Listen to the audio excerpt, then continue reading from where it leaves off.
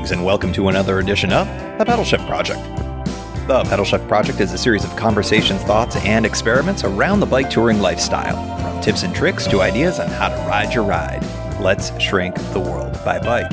Show notes and more are available at pedalshift.net/125, and you can email the show at pedalshift@pedalshift.net or call the voicemail hotline 202-930-1109. You can check Pedalshift out on all the socials as well. Hello, everybody, and welcome to the 125th edition of the Pedalshift Project. My name is Tim Mooney, your host for, wow, that's a lot of episodes, 125 episodes. And this is Chapter 6 of my series of podcasts on my Katy Trail adventure, also known as Pedalshift Tour Journals Volume 10. Like I said, lots of numbers to remember in all of this. There will be a quiz at the end of this series. I'm just having you know. This chapter covers the sixth and final day of my Katy Trail adventure across the great state of Missouri. It started in Augusta, Missouri, and continues on to Kirkwood, Missouri, and to a limited extent ends up in Kansas City, Missouri as well.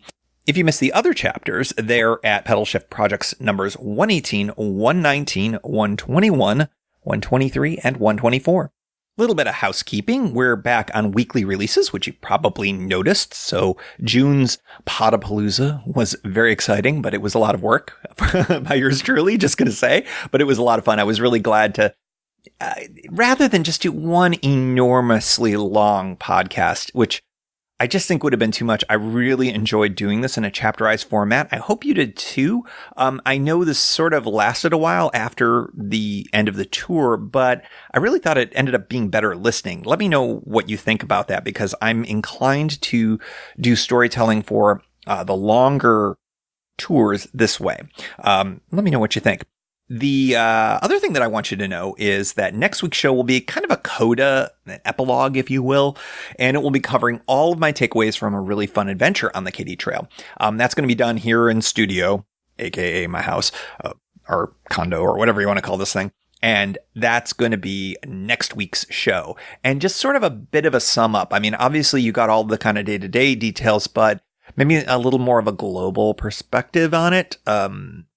That's basically my idea for the coda. That will be the final chapter, chapter 7, coming next week, number 126 of the pod.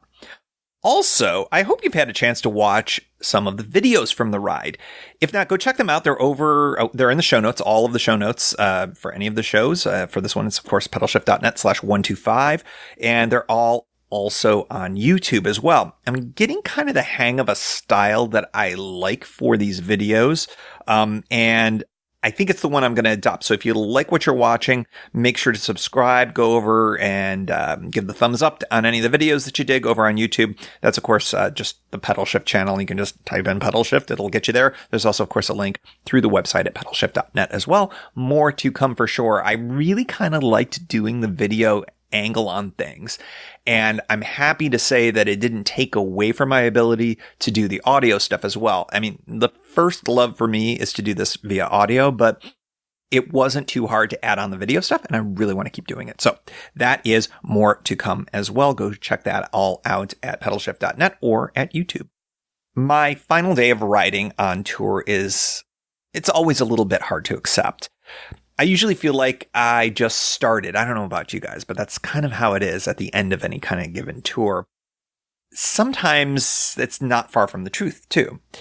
On my last day, my final day crossing the state of Missouri by bicycle, my appreciation for the Katy Trail really cemented itself, especially after leaving it behind as I wound my way through the suburbs of St. Louis County to the train station in Kirkwood. And it was that train station that was the launching point for the long Amtrak ride home. From Kansas City, Missouri, it is the final day of my ride. And it was a good one. It started off kind of in the same way that I shouldn't say all of my other days, but it certainly started off wet. Last night was just an absolute capper to a pretty stormy week, a stormier week than I think was forecast. My tent held up really well, but there was some splash from kind of the back side of the tent that was a consequence of me tying out the rainfly a little too far, I think.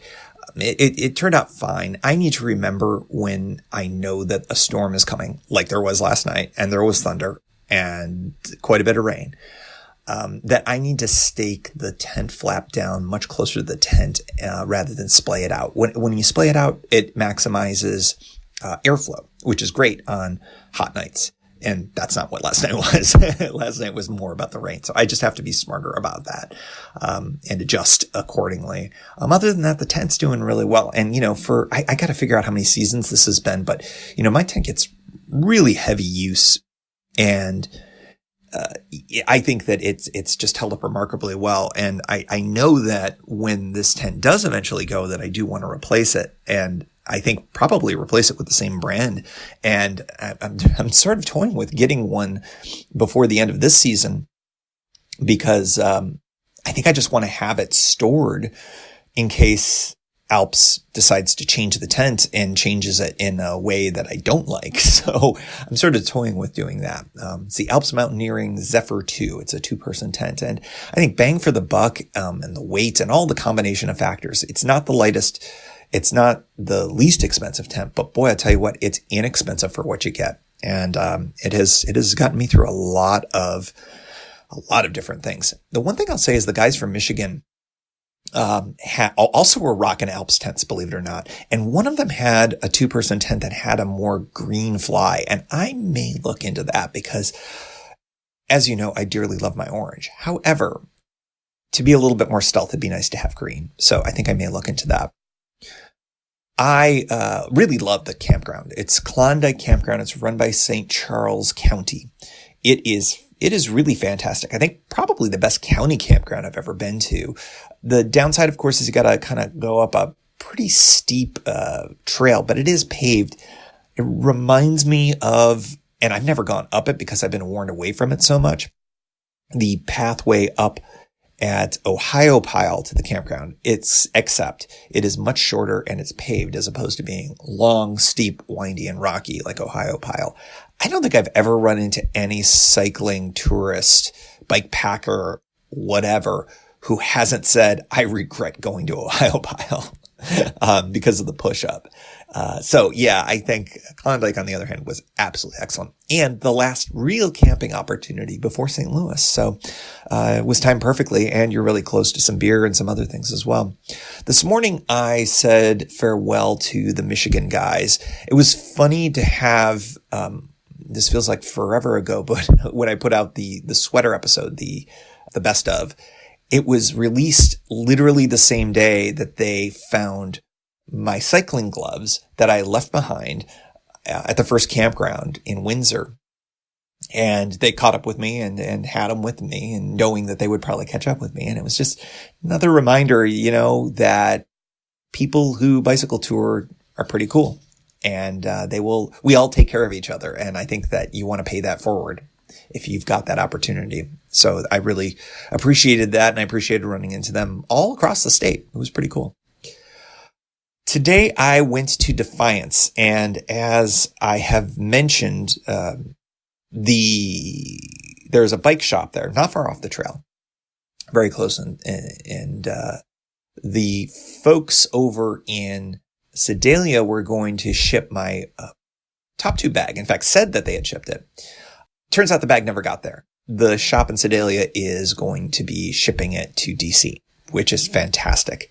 I sort of did the math in my head, and, there was a lot of stuff in there beyond just sentimental value. There was real value in that. So that was really Champion Bicycles in Sedalia. Big ups to them for not only taking care of my bike when it was really necessary with I still don't know what ended up happening, to that shifter cable, but also to, take care of sending that top tube bag back to me. I really appreciate that. I think I've had the case of the drops this week, but I ended up recovering 2 out of 3 things, which is not too bad. The one thing that I lost was my auto lock, which is just such a bummer. I really like that lock, and it's great for touring. I've toured with it a couple seasons now, and I have to probably look to replace that. One thing that I had at the shop in Defiance is I had a grape crush, and I can't wait to stop eating sugar. I am not proud of that grape crush. I am going to say it was delicious, and it's one of the few things I think that like sort of tempts me. But I'm also sort of glad that sugar to me is fuel, not an enjoyable thing anymore. That's good for me. It may not be for you, but for me, I'm glad that I've got that point of view. The trail conditions, I have to say, considering the rain we got and the amount of rain that we got and the repeated times that it was exposed to rain, the Katy Trail gets really high marks for recovery because it drains pretty fast. But I will say it is slow. It is a slow trail when it gets wet.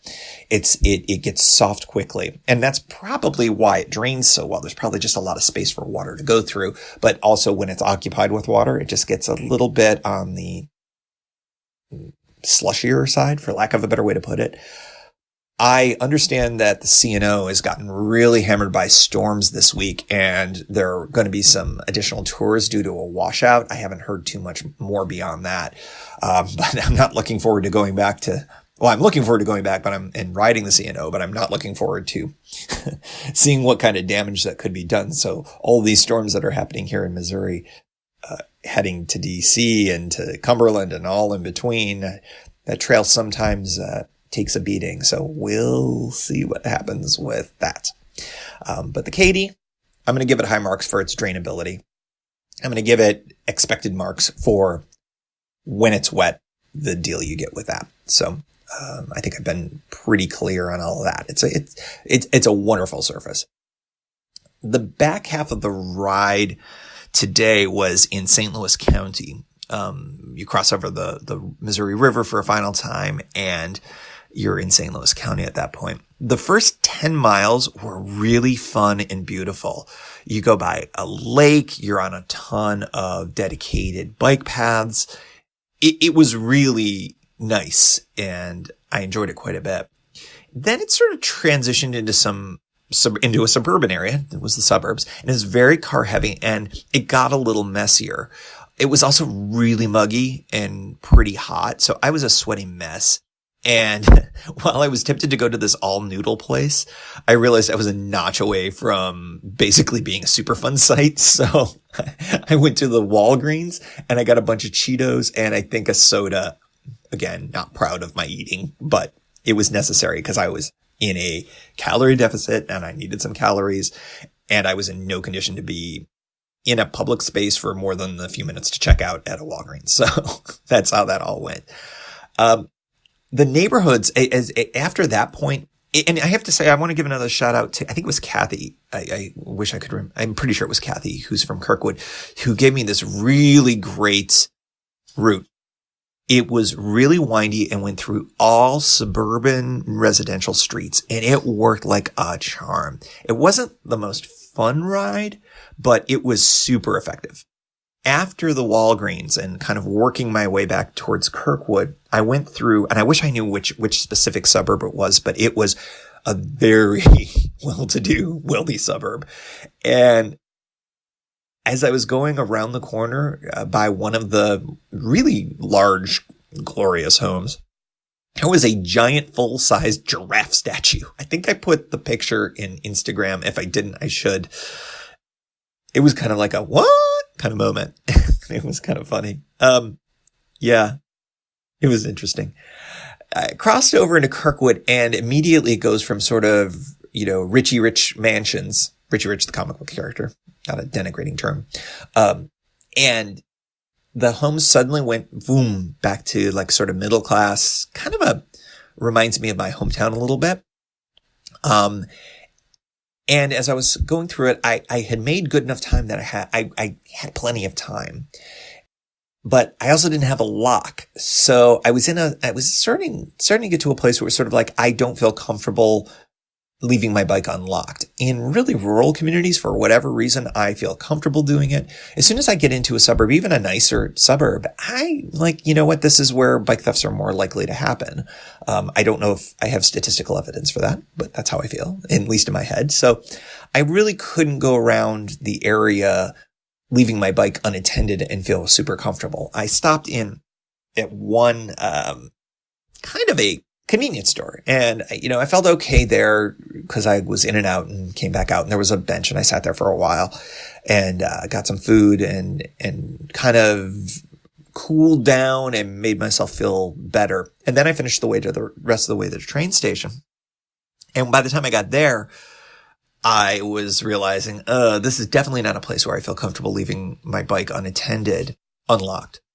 So it left me with a bit of a conundrum. I did end up, because I really needed to, as I said, super fun site. I needed to make sure that I got myself cleaned up just to feel comfortable. But also, I was going to be on a train in close space, yada, yada, all the way back to Kansas City.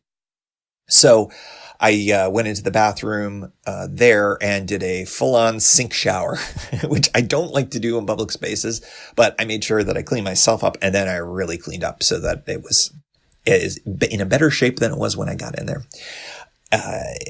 All the while thinking, please let my bike be there. I bungeed it basically to the railing to make it harder for someone to take it. And it was fine. Everything was cool. But it's funny, those things that once they get in your head, you're like, okay, I don't have a lock. I got to be quick. So as a result, I was really, concerned about getting food, and I knew I needed to get dinner before my train. So there was a sandwich place nearby. I would have loved to have gone to one of the local bars. I went to what struck me as sort of a regional or a local chain, just because it was easier. I could keep my bike in a little bit more visible spot. I got in, got my sandwich, and got out. That was the one regret that I have, is that because I didn't have a lock, I didn't feel like I was able to explore Kirkwood as well as I would have liked to. It seems like a really nice downtown area. So next time. And I do think that there is going to be a next time. I'm looking forward to coming back again and repeating the stuff I liked and delving into the towns that I didn't have as good of a chance to explore. Kirkwood's one of them. I kept hearing a lot of good things about, towards the end of the trail, St. Charles and that area. I really think that I do need to kind of do those pieces of the trail. I would like to do those two ends and enjoy that as much as the other parts of the trail. So that's probably in the future at some point, if I ever do get a chance to make it back to Missouri. The train to Kansas City was the same surreal experience as ever. And it's not the train's fault. It's just, I'm going back, and I tend to do this on these routes where I bicycle for days at a time, and then I get on a train and basically go back. And it just undoes, and it undid 6 days of riding in less than 6 hours. And you do that while you look out the window. Although it was really nice. Missouri is charming and bucolic. Those would be the two words I would use to describe my experience, at least along this route. I had nothing but great interactions with the locals. A lot of people asked me why I came all the way out to Missouri to bike. And I replied, they have one of the real gems in the country. The Katy Trail is really up there. And now I can finally add the Katy Trail to my list of, it's on, kick it off the bucket list, but I can also put myself on the name of the fan list for the Katy Trail as well, because it's really that good. So, late night tonight. And I go to the train station tomorrow, and I undo all of this and head back home. It's been a heck of a day, heck of a ride. It was really, really good. Well, this is it. I rode my last mile in Missouri from the Airbnb to the train station, and now I'm walking down the gangplank. Gangplank? Loading area. Gangplanks for pirates. And getting ready for my trip back home. What a ride. Statistics. Miles, 42, 30 on the road, 12 by trail. Flats, 0. Mechanicals, 0. Grape sodas, 1. Bags of Cheetos, 1 bathroom sink showers. Say it with me now. 1 regrets. Oh, this is very cheesy. 0. And we like to end off the show, as always, with a big thank you to the supporters of the show who are members of the Pedalshift Society. If you like what you hear, you can help maintain Pedalshift as an independent, listener-supported voice while expanding the offerings. We're talking $1, $2, $5 a month. Helps with the cost of hosting the podcast and the website. You can do it for a bit and cancel anytime. One-shot support is welcome as well. If you're not into the small monthly thing, check it all out at pedalshift.net/society. On to the society. Ethan Georgie, Kimberly Wilson, Caleb Jenkinson, Cameron Lane, Andrew McGregor, Michael Hart, Josiah Matthews, Keith Nagel, Brock Dittis, Thomas Skadow, Seth Krieger, Marco Lowe, Terrence Manson, Noah Schroer, Harry Telgadas, John Sikorsky, Richard Killian, Chris Barron, Brian Wren, Mark Van Ram, Brad Hipwell, Paul Mulvey, Stuart Buchan, Todd Stutz, Mr. T, Roxy Arning, Nathan Poulton, Harry Hugel, Stephen Dickerson, Vince LaGreco, Ruth Divorcey, Michelle Miller, Matthew Lewis, Michael Baker, Billy Crafton, Paul Culbertson, Scott Culbertson, Matt Perry, Danielle Jepson, Cody Florchinger, Tom Beninati, Bobby Ruppel, Roy Everett, Greg Braithwaite, John Mayer, William Cairns, Sandy Pizzio, Richard Patch, Mark Messer, Jeff Muster, Seth Pollock, Dave Roll, Joseph Quinn, and new to the society, John Baxter and Susan Brewster. And thanks also to all past contributors and anonymous contributors for helping make this show happen. Thank you for joining. You can find Pedalshift at pedalshift.net for more great bicycle touring content. You can hear the Pedalshift project through Apple Podcasts or your favorite podcast app. Opening music courtesy of Jason Kent off his self-titled album. The track is called America. Check out his band Sunfield's latest release, Mono Mono, wherever cool music is available.